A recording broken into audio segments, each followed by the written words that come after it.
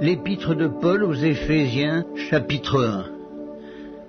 Paul, apôtre de Jésus-Christ par la volonté de Dieu, aux saints qui sont à Éphèse et aux fidèles en Jésus-Christ. Que la grâce et la paix vous soient données de la part de Dieu notre Père et du Seigneur Jésus-Christ. Béni soit Dieu, le Père de notre Seigneur Jésus-Christ, qui nous a bénis de toutes sortes de bénédictions spirituelles dans les lieux célestes en Christ. En lui, Dieu nous a élus avant la fondation du monde pour que nous soyons saints et irrépréhensibles devant lui, nous ayant prédestinés dans son amour à être ses enfants d'adoption par Jésus-Christ, selon le bon plaisir de sa volonté, à la louange de la gloire de sa grâce qu'il nous a accordée en son bien-aimé. En lui, nous avons la rédemption par son sang, la rémission des péchés, selon la richesse de sa grâce, que Dieu a répandue abondamment sur nous par toute espèce de sagesse et d'intelligence, nous faisant connaître le mystère de sa volonté, selon le bienveillant dessein qu'il avait formé en lui-même pour le mettre à exécution, lorsque les temps seraient accomplis de réunir toutes choses en Christ, celles qui sont dans les cieux et celles qui sont sur la terre. En lui, nous sommes aussi devenus héritiers, ayant été prédestinés suivant la résolution de celui qui opère toutes choses d'après le conseil de sa volonté, afin que nous servions à la louange de sa gloire, nous qui d'avance avons espéré en Christ. En lui, vous aussi, après avoir entendu la parole de la vérité, l'évangile de votre salut, en lui vous avez cru et vous avez été scellés du Saint-Esprit qui avait été promis, lequel est un gage de notre héritage pour la rédemption de ceux que Dieu s'est acquis à la louange de sa gloire.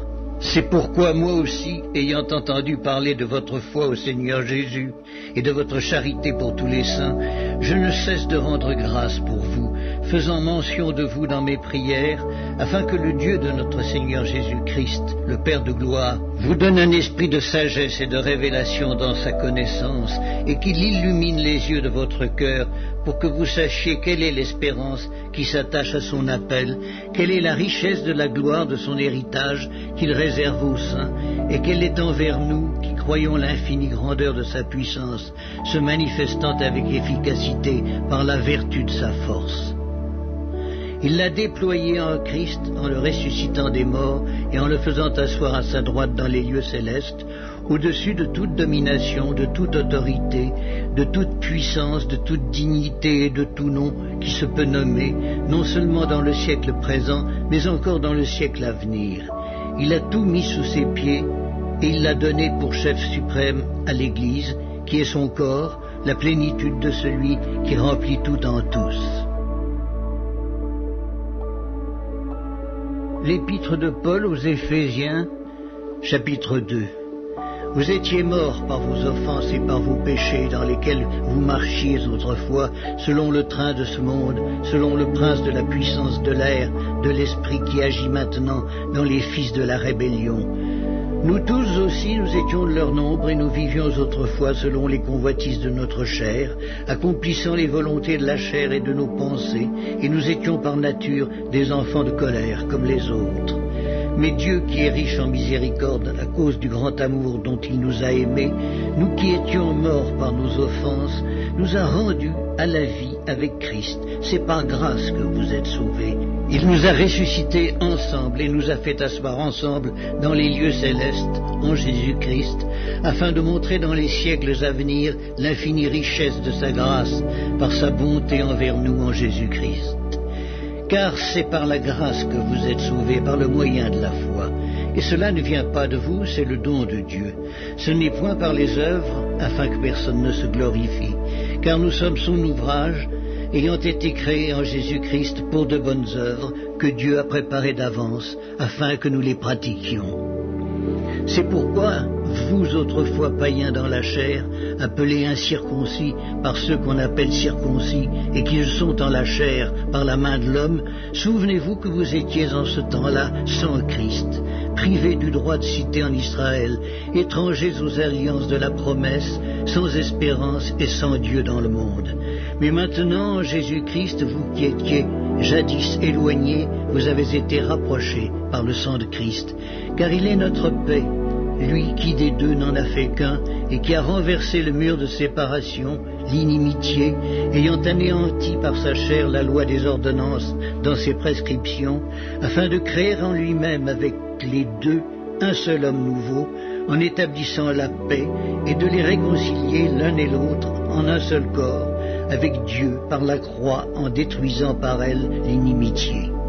Il est venu annoncer la paix à vous qui étiez loin, et la paix à ceux qui étaient près. Car par lui nous avons les uns et les autres accès auprès du Père dans un même esprit. Ainsi donc vous n'êtes plus des étrangers ni des gens du dehors, mais vous êtes concitoyens des saints, gens de la maison de Dieu. Vous avez été édifiés sur le fondement des apôtres et des prophètes, Jésus-Christ lui-même étant la pierre angulaire. En lui, tout édifice bien coordonné s'élève pour être un temple saint dans le Seigneur. En lui, vous êtes aussi édifiés pour être une habitation de Dieu en esprit. L'épître de Paul aux Éphésiens, chapitre 3. À cause de cela, moi, Paul, le prisonnier de Christ, pour vous, païens, si du moins vous avez appris quelle est la dispensation de la grâce de Dieu qui m'a été donnée pour vous. C'est par révélation que j'ai eu connaissance du mystère sur lequel je viens d'écrire en peu de mots. En les lisant, vous pouvez vous représenter l'intelligence que j'ai du mystère de Christ. Il n'a pas été manifesté aux fils des hommes dans les autres générations, comme il a été révélé maintenant par l'Esprit aux saints apôtres et prophètes de Christ. Ce mystère, c'est que les païens sont co-héritiers, forment un même corps et participent à la même promesse en Jésus-Christ par l'Évangile, dont j'ai été fait ministre selon le don de la grâce de Dieu qui m'a été accordé par l'efficacité de sa puissance.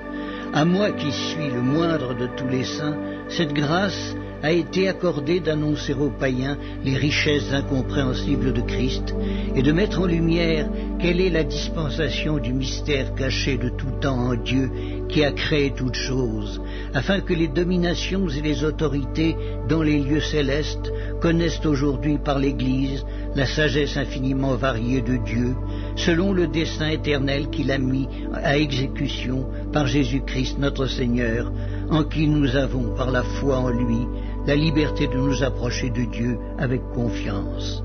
Aussi je vous demande de ne pas perdre courage à cause de mes tribulations pour vous, elles sont votre gloire. À cause de cela je fléchis les genoux devant le Père, duquel tire son nom toute famille dans les cieux et sur la terre, afin qu'il vous donne, selon la richesse de sa gloire, d'être puissamment fortifié par son esprit dans l'homme intérieur, en sorte que Christ habite dans vos cœurs par la foi, afin qu'étant enracinés et fondés dans l'amour, vous puissiez comprendre avec tous les saints quelle est la largeur, la longueur, la profondeur et la hauteur, et connaître l'amour de Christ qui surpasse toute connaissance, en sorte que vous soyez remplis jusqu'à toute la plénitude de Dieu. Or, à celui qui peut faire, par la puissance qui agit en nous, infiniment au-delà de tout ce que nous demandons ou pensons, à lui soit la gloire dans l'Église et en Jésus-Christ, dans toutes les générations, au siècle des siècles. Amen. L'épître de Paul aux Éphésiens, chapitre 4. Je vous exhorte donc, moi, le prisonnier dans le Seigneur, à marcher d'une manière digne de la vocation qui vous a été adressée, en toute humilité et douceur, avec patience, vous supportant les uns les autres avec charité, vous efforçant de conserver l'unité de l'esprit par le lien de la paix. Il y a un seul corps et un seul esprit, comme aussi vous avez été appelés à une seule espérance par votre vocation. Il y a un seul Seigneur, une seule foi, un seul baptême, un seul Dieu et Père de tous, qui est au-dessus de tous, et parmi tous, et en tous. Mais à chacun de nous, la grâce a été donnée selon la mesure du don de Christ. C'est pourquoi il est dit, étant monté en haut, il a emmené des captifs, et il a fait des dons aux hommes. Or, que signifie « il est monté » sinon qu'il est aussi descendu dans les régions inférieures de la terre? Celui qui est descendu, c'est le même qui est monté au-dessus de tous les cieux, afin de remplir toutes choses. Et il a donné les uns comme apôtres, les autres comme prophètes, les autres comme évangélistes, les autres comme pasteurs et docteurs, pour le perfectionnement des saints, en vue de l'œuvre du ministère et de l'édification du corps de Christ, jusqu'à ce que nous soyons tous parvenus à l'unité de la foi et de la connaissance du Fils de Dieu, à l'état d'homme fait, à la mesure de la stature parfaite de Christ, afin que nous ne soyons plus des enfants flottants et emportés à tout vent de doctrine, par la tromperie des hommes, par leur ruse, dans les moyens de séduction, mais que, professant la vérité dans la charité, nous croissions à tous égards en celui qui est le chef, Christ. C'est de lui, grâce à tous les liens de son assistance, que tout le corps, bien coordonné et formant un solide assemblage, tire son accroissement selon la force qui convient à chacune de ses parties et s'édifie lui-même dans la charité.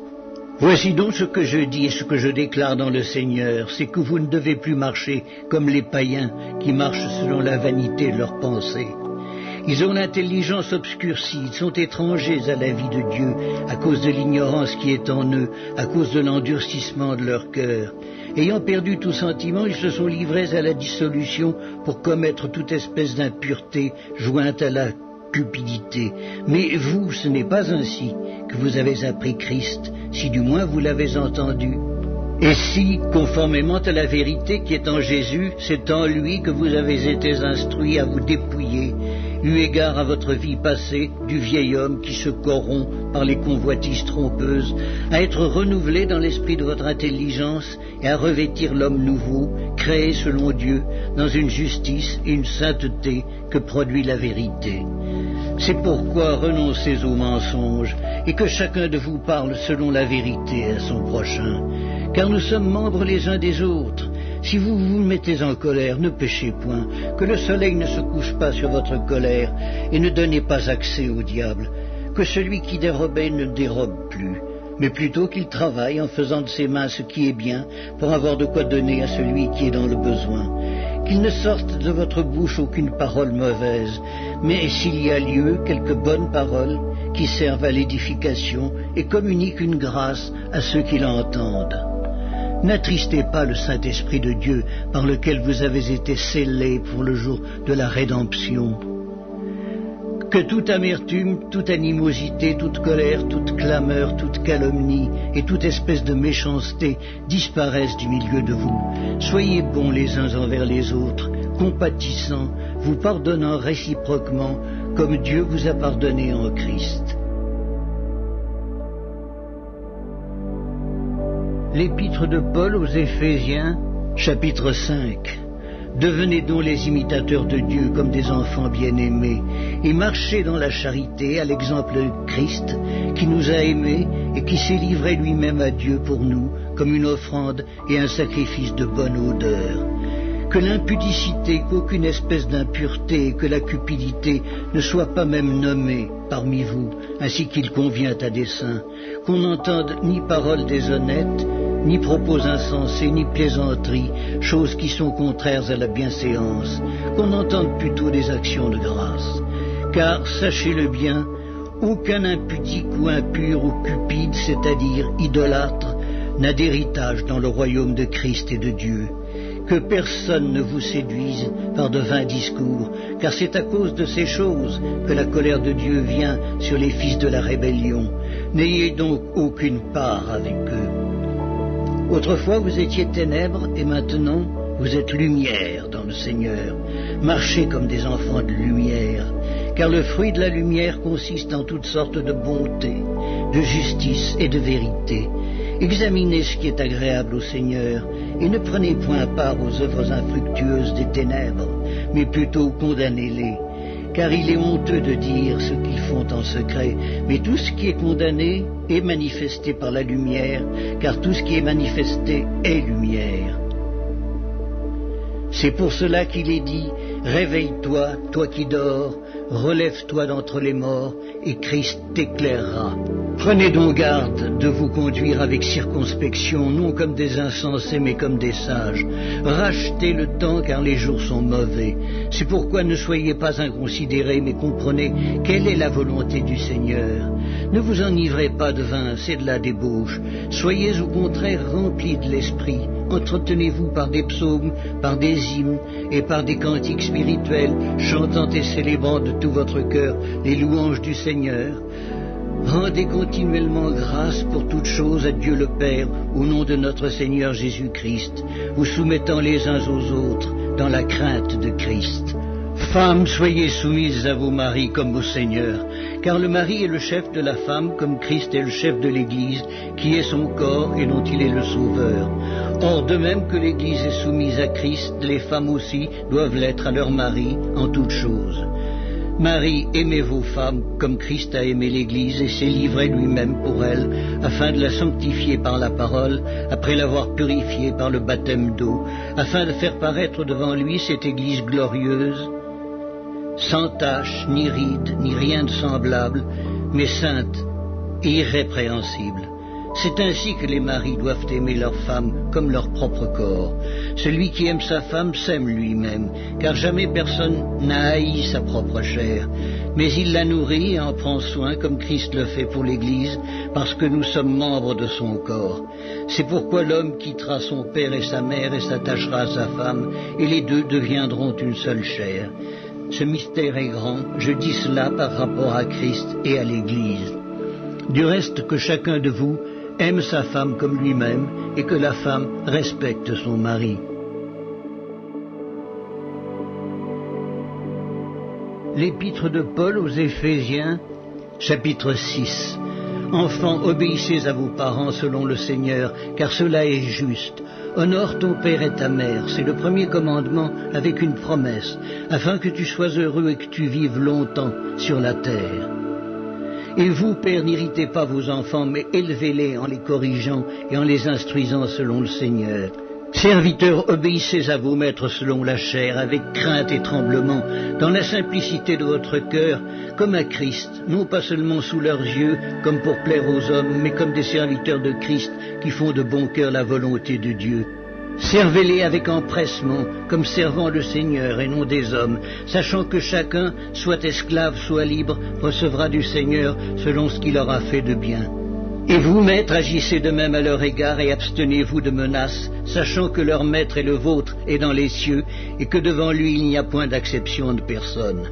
Au reste, fortifiez-vous dans le Seigneur et par sa force toute puissante.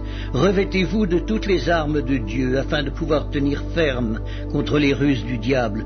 Car nous n'avons pas à lutter contre la chair et le sang, mais contre les dominations, contre les autorités, contre les princes de ce monde de ténèbres, contre les esprits méchants dans les lieux célestes. C'est pourquoi prenez toutes les armes de Dieu, afin de pouvoir résister dans le mauvais jour et tenir ferme après avoir tout surmonté.